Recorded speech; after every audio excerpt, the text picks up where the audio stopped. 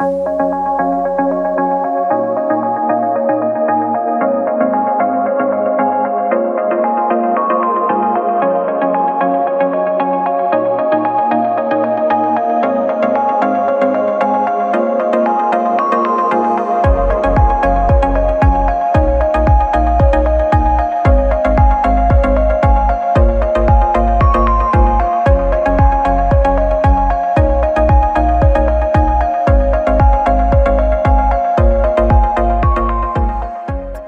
everyone, welcome to this week's edition of Health Corner.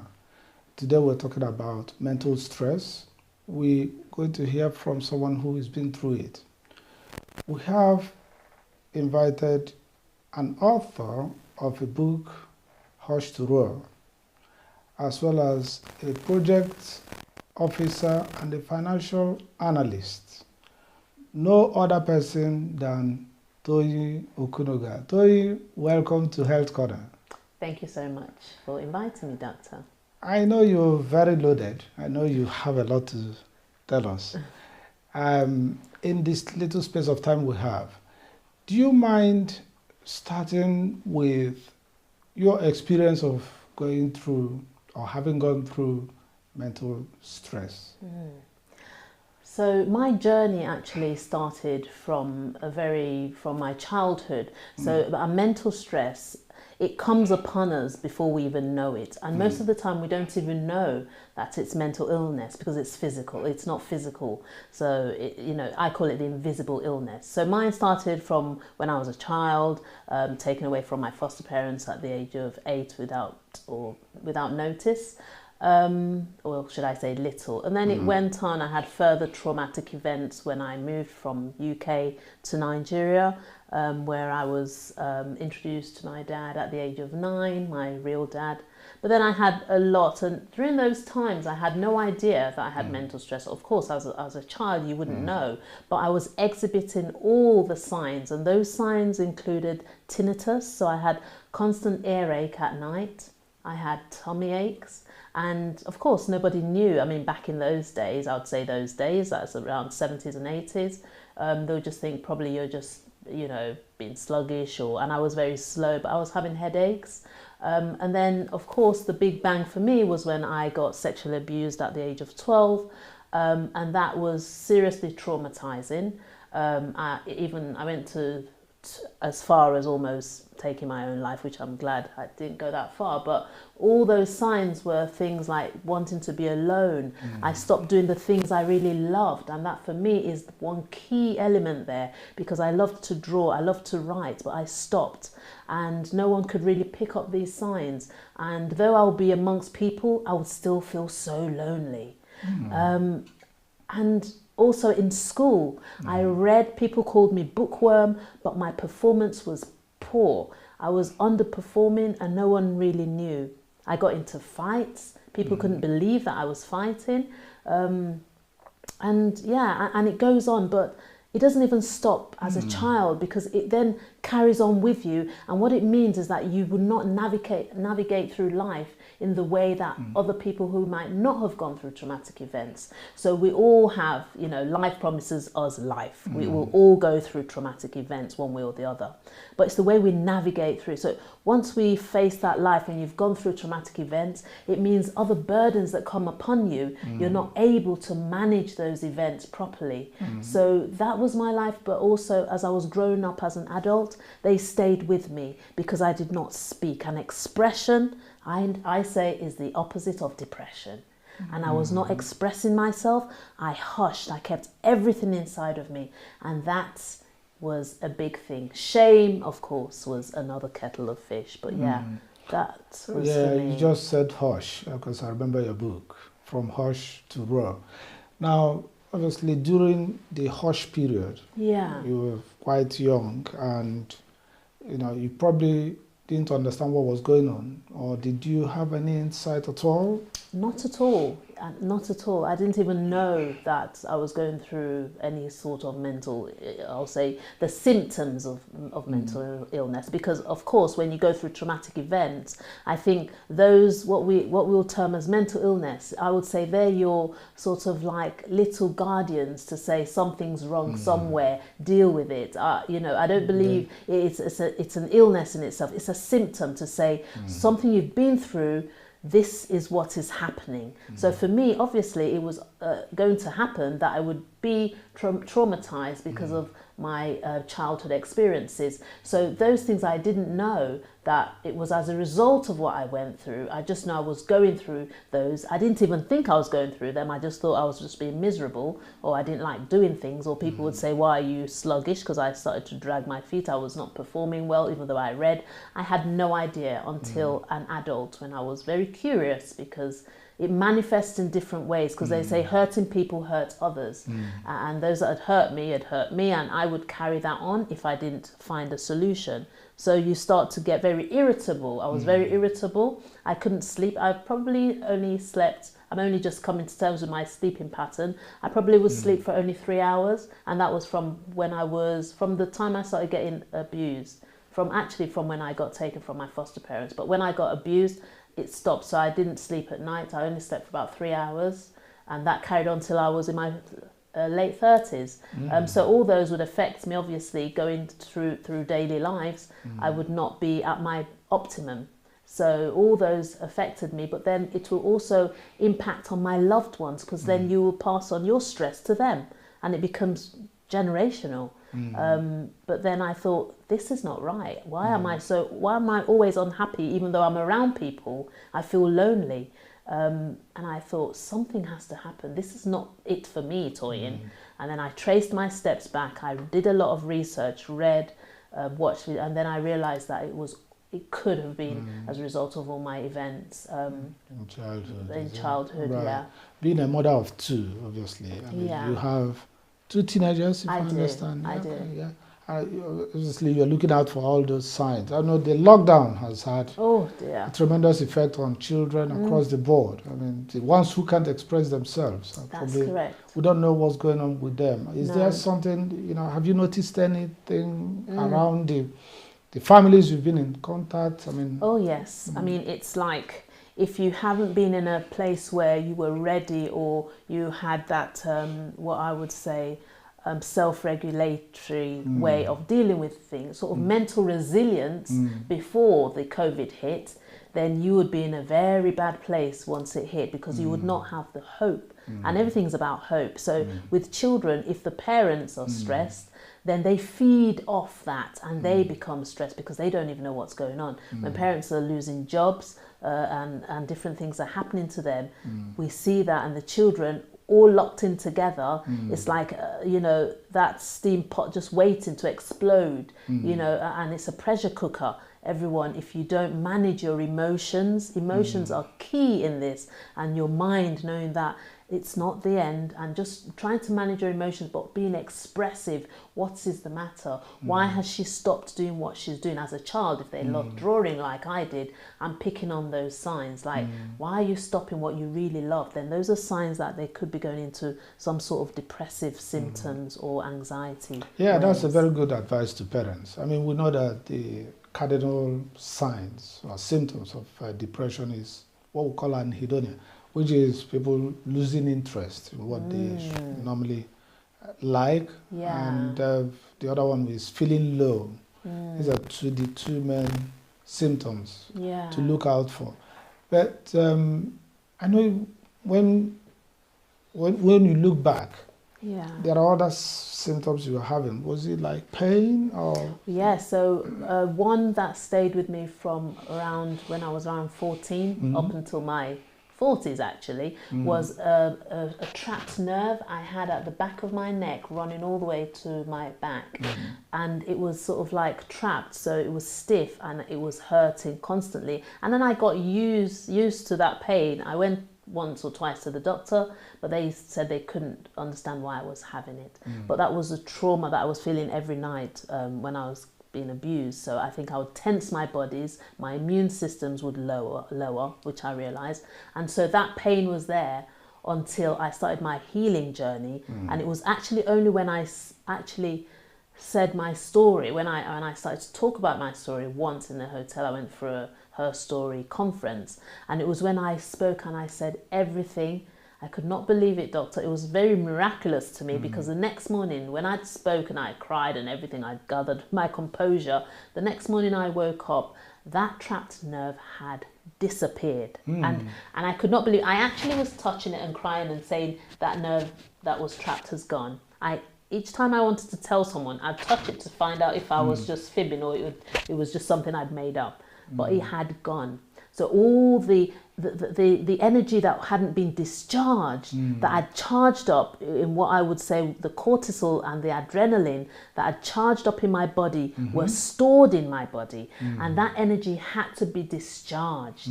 And it's the same with not as much as mine, but any energy that has brought up adrenaline and cortisol, any stress, we have to discharge it. And that was proven in my case, because I had to discharge that energy that had been in my body for so many years, and that was as a result of that pain disappearing. I'm so sure of it. Right, and then it just went, and you didn't. It went because it normally would tense up if I had things like maybe an exam or driving, but it has gone. But when I see that things, I try to manage my emotions better now, and I'm so on top of it with doing my routine of exercises, but meditation and all those things, but just managing my emotions. And I've actually I've done quite a lot of psychology courses just for mental health, but I've now enrolled for my master's in psychology and neuroscience in mental health. So it's just about how our mind works, and knowing that there is hope, and to feel that we are in control and we have it in us to pull through, as long as we don't let our thoughts run away. We have to catch those negative thoughts and analyze them, almost put them on trial to say, no, I've lost my job, okay, but that's not the end of me. Or as a child, okay, mum is not happy with me, it's not about you, and just not making it about us. But we need to help our children through that. And I still struggle sometimes, because as teenagers, you'd be like, we didn't have a manual when we had these children, right? Yeah. So it's just learning and educating ourselves. And I try to do that, and I release my videos on YouTube to help people with mental stress, to say, do things and don't just have everything to do, just little by little. Get up in the morning, even though you're at home, you're still working from home. Don't stay in your PJs all day. Yeah. I get up as if I'm going out, and it just puts you in that mood of moving. You've just got to move and not just stay stuck. I think a lot of people will connect with what you're saying, especially the Black, Asian, ethnic minority groups. Now, I know there's a lot to talk about. This is the first segment. In the second segment, we're going to talk about all the things you've done to come to where you are now. Obviously, I know you have a lot. Now, one of the cardinal symptoms of depression is loss of appetite, you don't sleep very well, you don't feel well about yourself, suicidal thoughts, poor concentration, people being sad and unhappy all the time. Did you experience any of this? Oh, the whole shebang of what you've said and more. So it's sadness that you can't really put your finger on. It's what it is because you haven't dealt with whatever's depressing you, and you've let it linger. So you shut everyone out. So I know in my case, then I would just ignore people. I would be there, and you think I'm there. I might get involved in the conversation, but I'm not really with you. My mind is so far away. And then when we finish, I just get sad, or I just want to be on my own, or just, well, my sleeping pattern, I never really slept, maybe 3 hours. And during the day, obviously, and the sadness is not a sadness, because we all have, we will always have moments here and there, but sadness of someone who's depressed or having mental stress is continuous sadness, where it lasts for months on end. And for me, it was monthly that I would not just be sad, but I noticed I was crying a lot of the time. But the crying because of shame. Shame is a big thing in our society, as a BAME society. Shame, oh dear. So I would not want people to see me cry. And also people would look up to me as if I'm strong. So the shame of now admitting that you are not actually coping was a big thing for me. So I would just cry every time when people were not there, and that was a big thing. So I cried a lot, and this was going on for months, and that's how you know that this is too repetitive. You get sad, you can cry, and then you dust yourself and get up, but the depression was sadness for a long time. Yeah, that you're right. I know there's as a BAME, that's as a Black, Asian, minority ethnic groups. We've seen a lot of people, a lot of communities are ashamed to talk about their mental health problems. And what all you've mentioned causes of stress. And mentally, you don't see it. You see the physical one, but mentally, and this is why people live in a lot of stress and cover-ups, but you can see they are sad. So what would be your message, obviously, to people like that? Speaking out, does that help? Oh dear, you have to roar, as my book is, Hush to Roar. And when I say roar, you start it in bite sizes by speaking to one person. If something's wrong, please don't keep it inside of you. Why? Because no matter what, that energy that is charging up in you will manifest whether you like it or not. And how it manifests is either you hurting yourself or others. So if something happens, even if it seems trivial to you, like even losing a match, like you watch your favorite team and they've lost and you get upset, just express yourself, talk about it, like, oh, that is so upsetting. And the fact that you are talking about it makes that guilt, shame, everything just dissipate. It dissipates a lot of things that will build up that stress in you and just write. And what I do is write as well. I mean, just to let you know that you can speak to someone and there is no shame in it. There is absolutely no shame in coming out and sharing that you are upset, you are not feeling okay. Start with one person. If you have friends, family, please, please, please speak. Because as I said, hurting people hurt others and themselves. Yeah. Thank you very much, Tori. Viewers, if you're just joining us, we're talking about mental health stress from a different perspective of someone who has been through it and successfully come out of it and even wrote the book about her experiences. Don't go away, we're going to have a short break, and when we come back for the second segment, you will listen to Toyi around how she was able to pull through on her own, wrote a book, and has been supporting, I will say, thousands of people through her YouTube channel. Don't go away, we'll see you, we'll be back soon.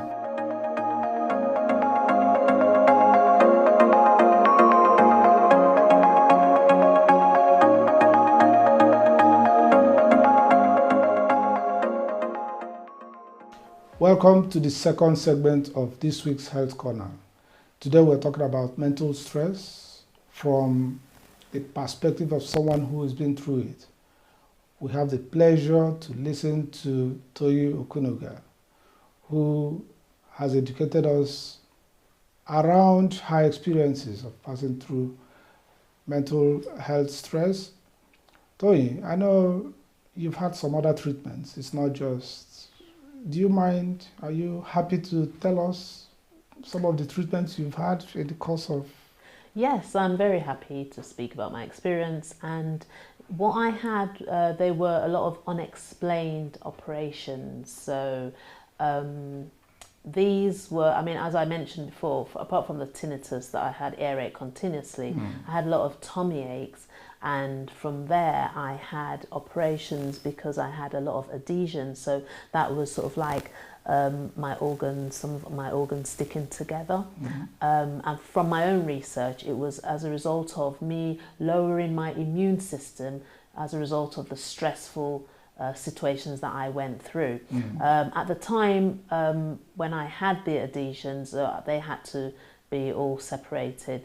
At the time, the doctors weren't quite sure because it was very unusual. The operation in itself that I had should have only lasted like 2 hours. Mine lasted for about 6 hours because it was a very difficult one. It's really long. It was a very long one. So I had the adhesions, and that, as I said, was as a result of the lowering my immune system over the course of so many years. But then I also had to have a hysterectomy. Because of a lot of other complications that doctors didn't know. I had, which doctor says fibroids is quite common, but I had a lot of them and also a lot of ovarian cysts. So that, again, from my research, I did read that can happen if you have had some level of sexual abuse, but that is not just in its own, because as we know, there are a lot of things that can be attributed to cysts and fibroids. But in my case, from my research, it linked and aligned quite closely to what I had been through, and that's why I could attribute what I had to my own adverse childhood experiences. So I had quite a lot of operations, and I said some of them were unexplained because the doctors were saying that they weren't quite sure why, and it was from those that I realized that these questions that doctors would ask me, like, what's wrong with you? I realized that what happened to you might be a very more informative way of asking the question. Right. Well done for writing your book. I know it's not everyone who may be able to write a book to express themselves. What would be your advice to thousands or millions of people out there who are passing through one mental health stress or the other? I'm thinking about, are there anything like exercises or they talk about mindfulness or any self-help measures you think people should consider doing, which has helped you from your experiences? Oh, absolutely. Because whilst I was going through what I was going through, what I didn't say was that I'd put on a lot of weight, and what comes with that, or what came with it with me, was low self-confidence, and sort of feeling unworthy, sort of feeling, with everything I went through, being dirty or having a disease to please, not loving myself, and that's not being vain, but just not having boundaries. So with all those, what helped me was to lose weight. But how I was going to do that, I had to, because I knew that was going to be one aspect to my journey. So I had to have a routine of exercise, and I started bit by bit because of my health issues that I'd had. So it was making sure that I wouldn't eat past a certain time. So 6 o'clock was the latest I could eat, and I still maintain that today. And what I then did was I started to do body balance, and body balance is a combination of Pilates, yoga and Tai Chi. And that was such a beautiful way of meditating. But of course, now I do it at home, and it's not even, because people might it sounds like a bit of woohoo up there, but it is so important. And the reason it's important is that when you are going through stress, everything is in your mind, and you are racing in your mind, and outside is calm. So you want to be racing outside as well. So, but when you sit with yourself, a lot of things come up for you. Some of those things are very uncomfortable, but what I did was I was writing down all those thoughts that were coming up, that were negative. So, and that's what I did through, and still do, through my mindfulness of just sitting with myself, just waiting for things that will come up, but not having anything around me, so I can just be with myself and see whether they're things that still upset me, or if they're good thoughts. If they're good thoughts, just let them flow. But if they're negative thoughts, don't let them wander. Write them down, and then you can deal with them, and that will set your mind into an equilibrium where you don't have those mental stress that's really getting to your mind, where you can't stop negative thoughts of I'm not worthy. So mindfulness was is still a huge aspect. Then exercising, I do a lot of exercise in the morning. That's my routine. When I do my prayer in the morning, faith for me is amazing. You have to, in my opinion, if you don't have faith, it's like you don't have hope. And when people let you down, who do you go to? For me, it's Jesus. For you, it might be someone else. But for me, faith, then you have someone to turn to. It gives you hope. But then your exercise, then the balanced diet, because now with the COVID and everything, eating good food and balanced diet with your greens, different colors, purples, or cannot be more important now, than any other time than it is now. So eating and not eating too much, because in the morning I realize I don't need to eat that much because I'm not actually using that much energy. I'm at home, so I don't need to eat. Sometimes I'll just eat a very light meal and then wait till the afternoon. So things like that, making sure that you're intentional about how you want to be, about you. Because now that you're coming out of those trauma, the way I realized was that I now need to love myself, and that was looking after me and setting boundaries, healthy boundaries, saying no when you mean no, and not letting people walk over you. Yes. And those are the steps that I would say. But then being expressive when someone does something that's not good to you, don't hold it in. Don't feel that that person will stop liking you. It's okay if not everyone likes you. Say what you need to say and sort it out. Be communicative and get it sorted. And that for me is it's gospel. That's fantastic. Yes. So talking about, I'm going to ask, when you write down those negative thoughts, you deal with them. How do you deal with? Because this is for the benefit of the people listening to you. How do you deal with them? Do you go back and confront them, or what exactly? So when I started my journey of healing, the major one for me was all those people that I'd said had hurt me in one way or the other, and I'd kept those in my subconscious, not even conscious. So I repressed and depressed those memories. So the first thing I did was to write. I wrote to those people that hurt me. I wrote to the person who had abused me, and I had an interview. I went very far because I just wanted closure. So I interviewed those people that had hurt me so badly, and that was I felt like I got my power back. So that was so important. I know a lot of people might not be able to do that, because in some instances it might be dangerous. But what I did before I gained my confidence and power, or the confidence to do that, was to write a lot of letters and throw them away. Throw. So when you get your thoughts down on paper, you look at them, analyze them, put them on trial to say, is this true about me? So for me then, I used to say, I'm a mistake child, so I can never really achieve what everybody else is achieving, because so I put limitations on myself. So analyzing those thoughts and saying, that is a wrong thought, that's not true. That's not who I am. That happened to me. That does not define me. So putting those on paper is for you to see whether you are telling yourself the truth about you. So that's how I analyze them and say, no, just get up, find help, seek help. Do you need medical help? That's okay. Go and get it. So those are the things. But sometimes don't even accept those negative thoughts in your head in the first place. So I dismiss them. And that's what helps, by writing down those thoughts and seeing what is true, or is that what someone's saying about you, or is that what you believe? So everything starts in the mind.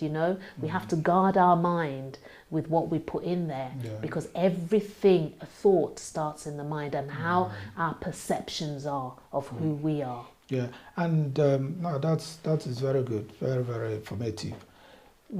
Physical exercises. Do you take walks? Do you go swimming? So I stopped swimming when the COVID and everything, but I used to go swimming with my daughter, because with the children it's so important, and we go walks every weekend. We're going to start that again, because we stopped again during the COVID, but we go walks every weekend. I go with my daughter every Sunday morning, so we go around where we live, and we walk and we talk. Sometimes we jog, and we do that. It lasts for about an hour. So we do that every Sunday morning or Saturday morning, and we do that. Drink a lot of water. I drink a lot of water. The first thing I put in my mouth in the morning is water, lemon and honey. I drink that the first thing. I can't eat. I drink, because to get rid of all the toxins. So exercise first thing in the morning, but now I do it every morning, but I do it at home. So I do my squats, I do my sit-ups, I do my Russian twists. If you don't know that, you can Google that. But it's just to keep your waist in a way where, because diabetes and everything, I had high risk of diabetes. And when I realized that I was almost going to be diabetic, I thought no. So I started to do a lot of exercise. So exercising, doing a little, but of course consult your doctor. But mindfulness is key, because it's the mind that we have inner conflict with. Yeah. Fantastic. And now you said, well, you've pulled through, and you are now like an expert, teaching and supporting everyone. Oh, yes. That's good. Are you getting feedbacks from people? I'm getting a lot. Yeah. I've had some people who have come to me and saying they're having suicidal thoughts, actually. And I'm not trained in that area, but I've said that they can seek help from someone else. And I would just tell them my own experience, that just try every day, just take one day at a time. One day at a time, and, get up and just have your shower and, just little bits like that. So I've had loads, ever since people have been reading my book, they would come and say how, not just, they might not have gone through my experience, but what they're saying is the hope that I offer, that you can pull through the most horrendous thing in your life.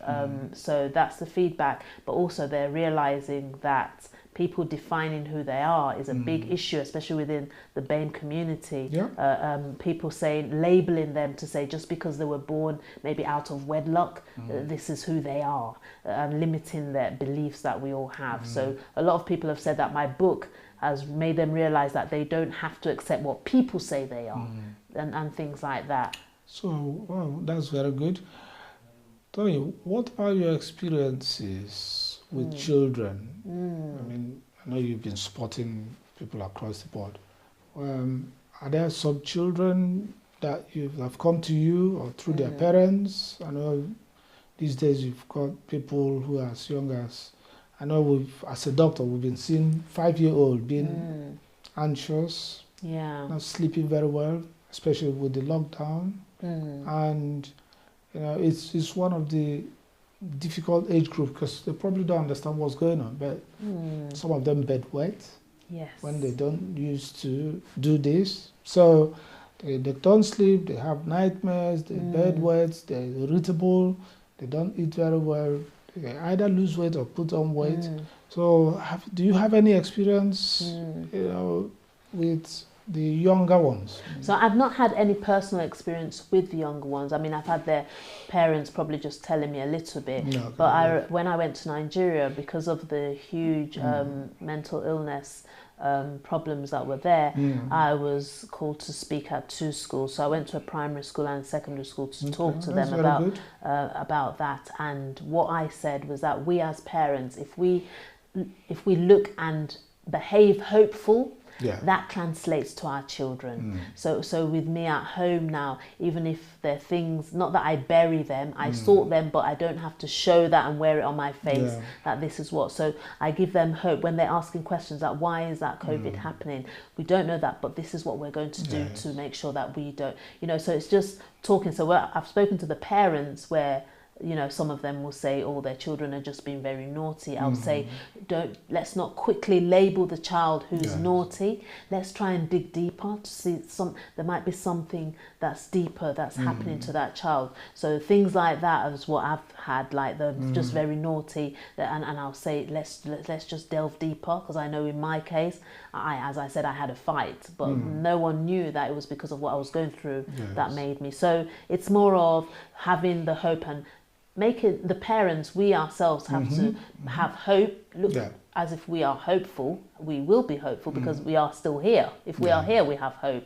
And then just watch them do things that they love and introduce things like, as I said, I walk with my daughter, and it's not always easy because teenagers and everything, they want to do their own and they are even more irritable. They want to go places where you don't want them to go. But explaining and talking to them a lot helps. So with the ones who do not know how to express themselves, it's getting on the floor and drawing with them, letting them just do things in a silly way. I love playing, I love reading. I did that all through with my children. And then baking, cooking, just getting their mind off things, cooking with children. Oh my gosh, I love it. I do it all the time.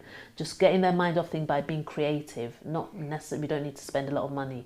Just doing activities that will get their minds off things, that will make them ruminate about things that are unnecessary. Now, I think the families will be listening to what you're saying. I mean, they've been communities, a lot of them probably think the children is being naughty, and but they actually should be on the lookout for those subtle signs. Like children can have mental stress just like adults. And look, no, I tell you, it's been a pleasure listening to you. And viewers, today you've heard a lot from someone who's been through it and written a book. And Yeah, my has done hospital. other things to surmount mental health stress she's been through. Tell you, I really encourage others to, look at, watch the video, and probably read the book. I mean, it's very informative, and I thank you for attending Health Corner this week, and hopefully in future, if we invite you to Health Corner, please find time to come. I certainly will, Doctor. And to you viewers, it's been a pleasure, obviously, and we thank you for staying and patiently watching this video clip. Look after yourself, and thank you. Bye-bye.